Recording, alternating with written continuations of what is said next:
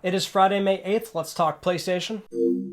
Yet another very interesting week. A little bit on the slow side, but that's all right. We still have plenty to talk about. But first, as always, let's start with our PlayStation Plus reminder. The May games that are currently available: City Skylines, Farming Simulator 2019. You got plenty of time to grab these or add them to your library. I want to start with the Inside Xbox event that transpired just yesterday. If you remember, last week we talked about this and how Microsoft was going to be showcasing some Series X games, possibly third-party stuff, and it would be a good place to see some footage, regardless of whatever platform you were choosing on buying.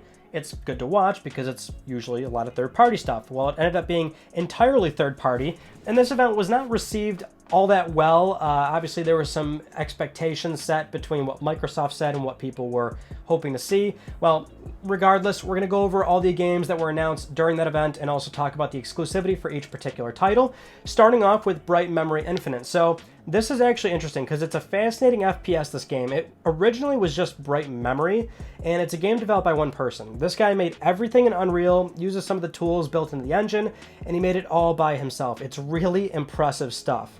Well, anyway, the expansion of this is called Bright Memory Infinite, and it's coming to Series X.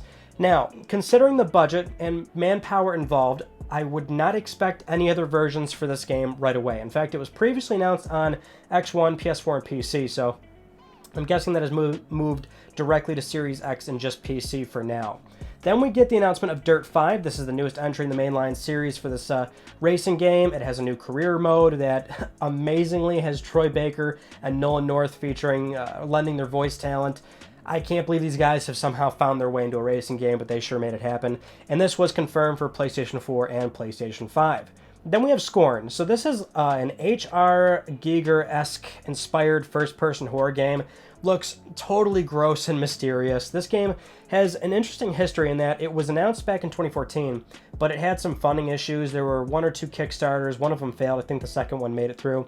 It's now re-revealed today as a Series X and PC exclusive.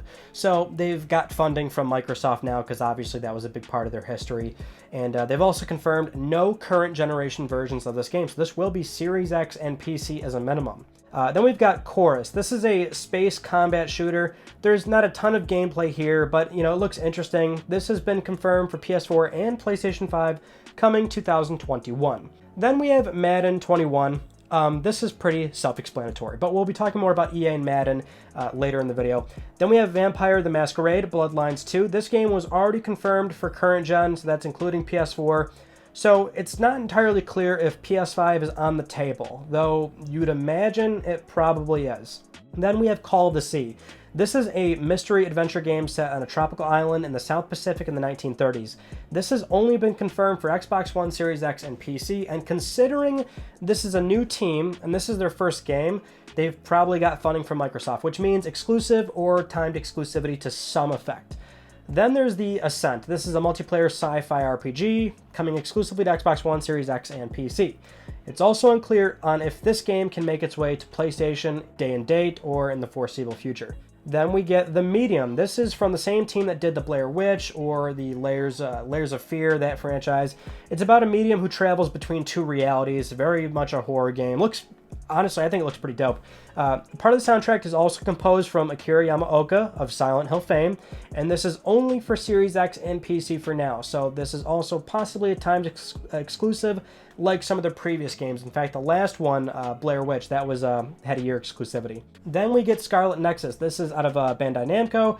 It's got this very cool kinetic physics combat type thing, and you're fighting all these crazy deranged mutants. This is confirmed for Xbox One and Series X, so potentially another timed exclusive. Then there's Second Extinction. This is a 3-player cooperative shooter with mutated dinosaurs. That's about all you really need to know there.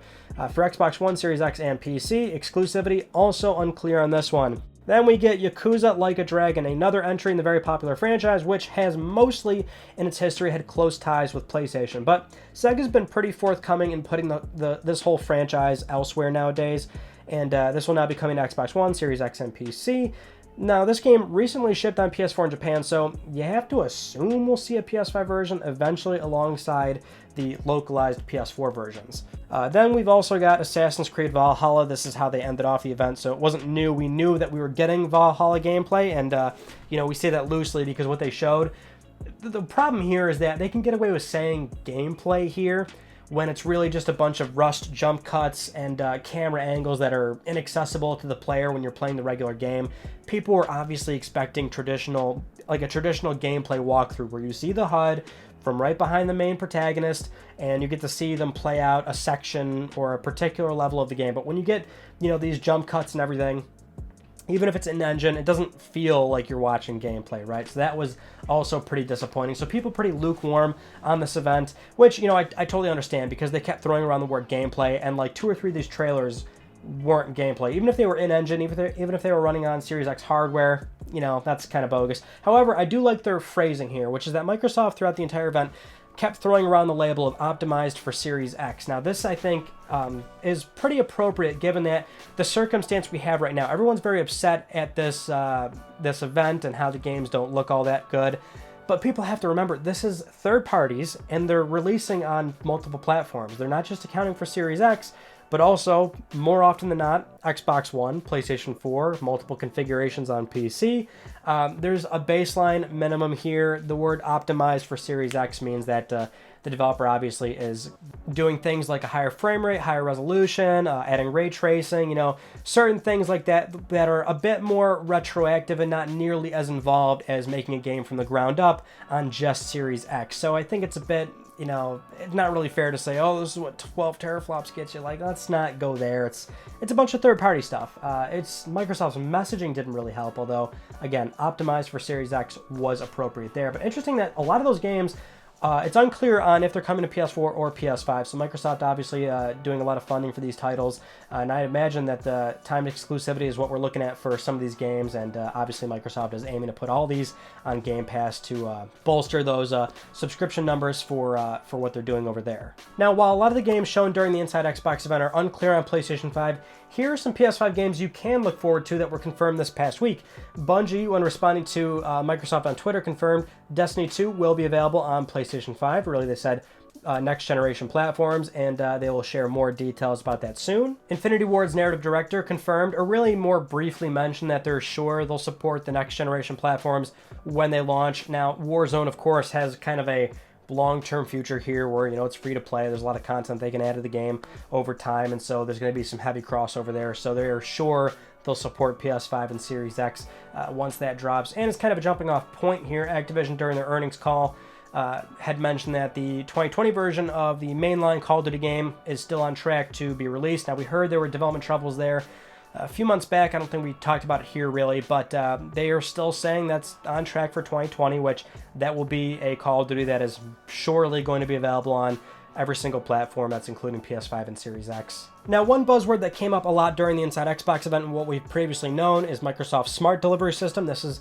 basically their buzzword for if you buy an Xbox One game today, you get the Series X upgrade for free, which is great, but we're just waiting for the Sony side of things, if they're going to give it a name or something like that, right? This is what we saw on PS3, Vita, PS4, where they called it cross-buy, right? It's kind of expected. We just want to see if Sony's going to give it a name or really confirm this initiative. Well, anyway, EA's CFO Blake Jorgensen was talking during an earnings call, and he kind of indirectly referenced both consoles when referring to upgrading games. He said, note that this year the phasing includes the effective revenue recognition from the games we are launching for the current generation of consoles that can also be upgraded for free for the next generation. So again, not completely referencing PS4 to PS5.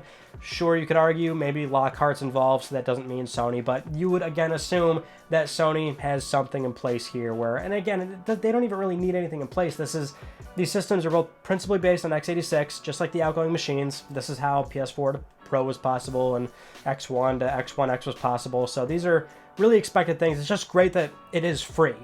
However, on the EA side of things, they did note that, at least for them, what they're doing with Madden 21, there's actually a bit of a cutoff here. So what they're saying is that if you buy Madden 21, within this year, basically, so that's your cutoff, December 31st, 2020, you can get an upgrade to the Series X version, or if you buy it within that year, you have until like March 2021 to complete your upgrade, which I would imagine means authenticate your purchase. So if you have the Xbox One version of the game, you can wait a few months into 2021 to buy a Series X and authenticate a next-gen version of that game. But once you're past that threshold of March 2021, then you would have to pay for Madden 21 again on Series X if you didn't, complete your upgrade path. So there's our first example of a timeline, and not ironic at all that it's EA. But as we mentioned with when Cyberpunk announced they were the first major third-party game to announce smart delivery support, that sets precedence. So it gives us confidence that this will be available between Microsoft and Sony. And considering Sony has a history with this, I wouldn't be super worried, but we just have to wait for official confirmation. Moving on to our next news story, we have what appears to be mostly closure on the whole Naughty Dog Last of Us Part 2 leak situation that happened. If you remember, obviously, our story from last week's episode, we discussed the Reddit leak, which read as kind of BS, running with a theory that it was a former employee, which didn't sound very believable, but maybe it was like a contractor or something. Even that was a bit of a stretch. Well, Sony followed up just after last week's episode, confirming that they have identified the primary individuals responsible for the leak and that they had no affiliation whatsoever with Sony Interactive Entertainment or Naughty Dog, that they were not former employees or contractors whatsoever, completely an outside party. Then Jason Schreier followed up doing a little bit of digging of his own to figure out what happened, talking to some, Naughty Dog employees again, and kind of surmised that what appears to have happened legitimately is that some vulnerabilities were discovered in Uncharted 3 and also The Last of Us, which these vulnerabilities were used to access Naughty Dog servers of today, pull off a build of the game, and that's how it leaked online. And that seems to be, for the most part, what actually has happened here. And it's, interesting watching this really transpire and unfold because, of course, there seems to be a lot of people trying to put, two and two together in areas where it's just not lining up with all the evidence that we have. This, of course, goes to the copious amount of people that saw the leaks and don't like the story direction, or they don't like what they saw. And, they're riled up, so they want to act as though this had anything to do with it. Or the fact that Naughty Dog has been under heat lately for labor issues and crunch. And obviously, again, they have a past with, people openly discussing their experiences of sexual assault at the company. Now, none of these things are, excusable, right? They're all very bad. Obviously, very important stories and very important things that need to be looked at. But it just seems as though people want to connect these things to each other, which unfortunately, they're just not connecting. So regardless, this whole situation has not been very good for Naughty Dog or Sony for that matter. We have a video diary from Neil Druckmann, who recently announced that the game has gone gold.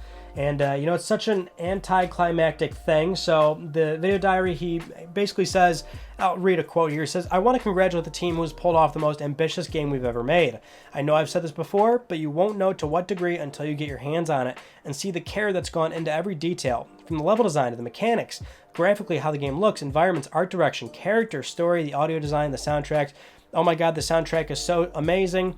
He says, "I just finished a playthrough and was crying by the end of it." He says, "Nothing compares to playing this thing from beginning to end." So this video has a lot of dislikes, and then Sony dropped another story trailer for the game, which had the comments disabled, understandable, but also the like to dislike bar turned off.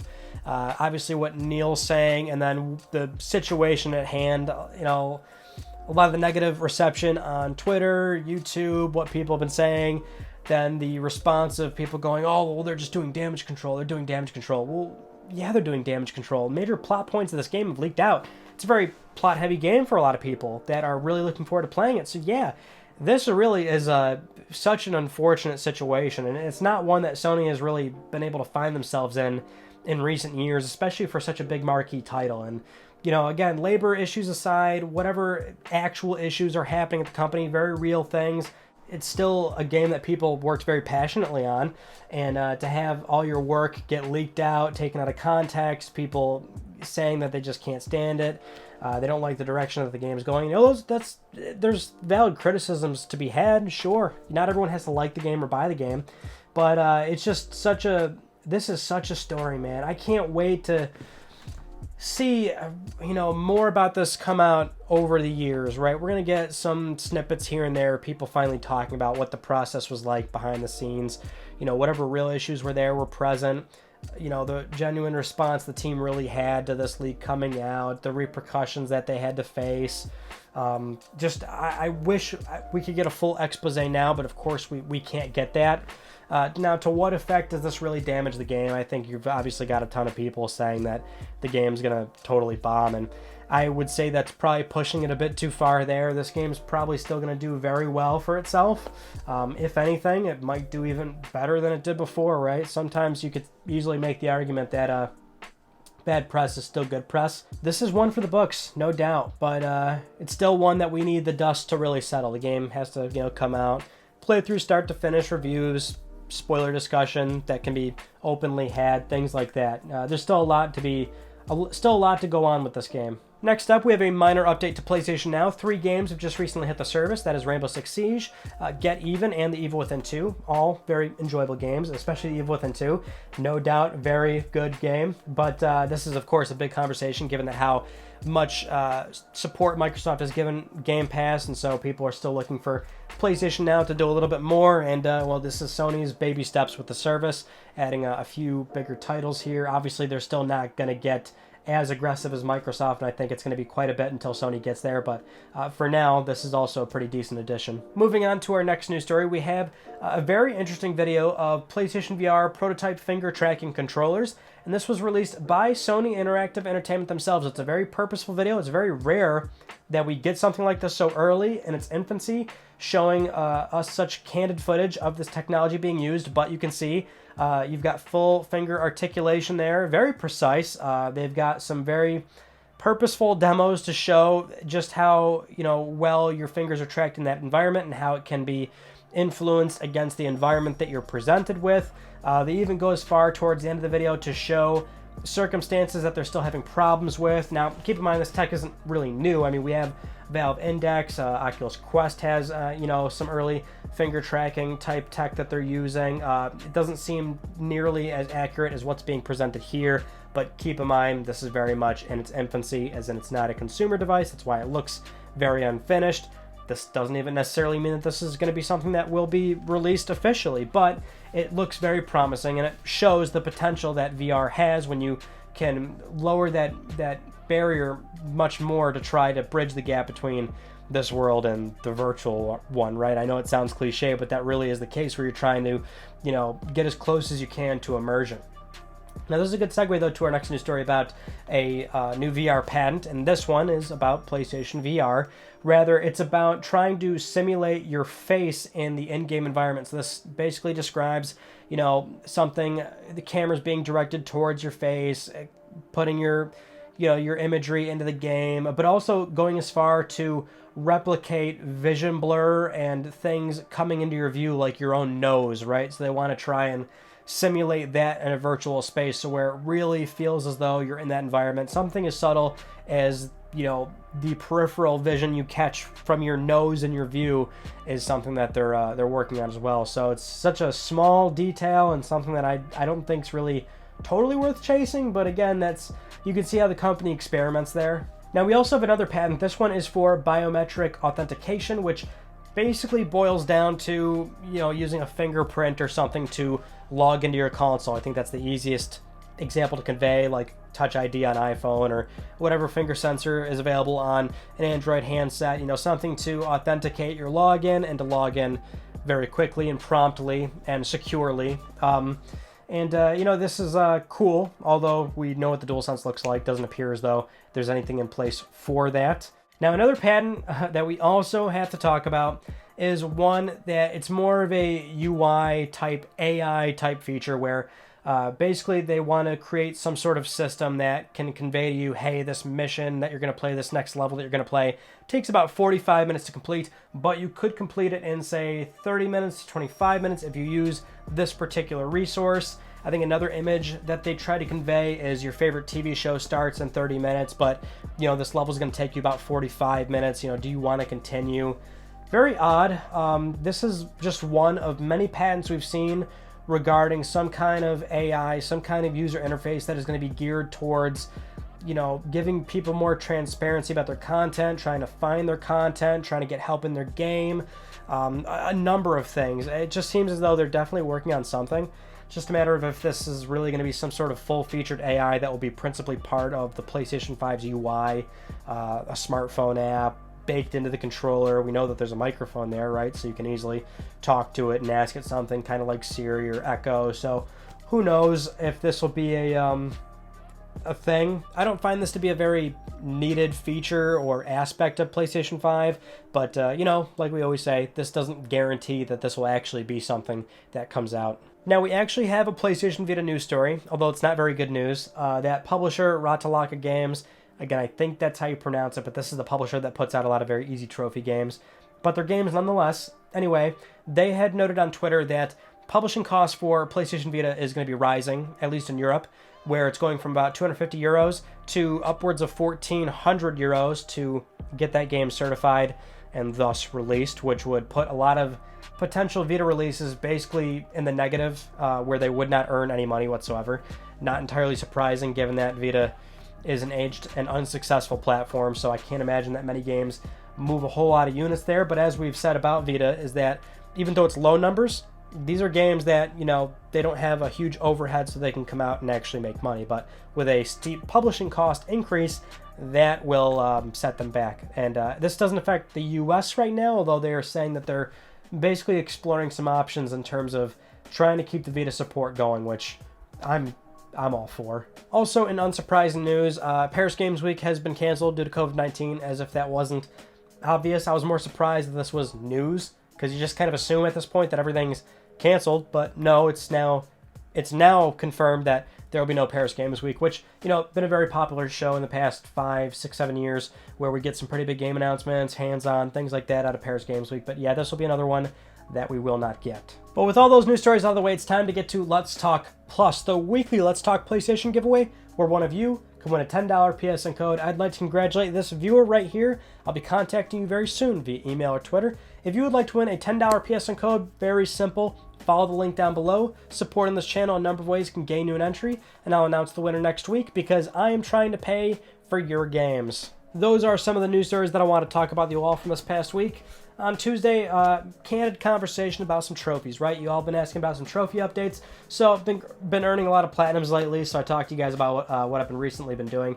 We are doing another trophy challenge. I know that's what people really want. It won't be as extreme as the 30 platinums in 30 days video, but I do have a new one lined up. I will be doing that soon, and then filming, editing, all that stuff. So it'll be a little bit until it comes out, but we do got one coming. This coming Tuesday, I don't know what we're doing, but, you know, be there on Tuesday. There will be a video, I'm sure of it. And that is it. That concludes this week's episode of Let's Talk PlayStation. I'm Ryan Benecki. Thank you all so much for talking with me, and I will see you all next Friday.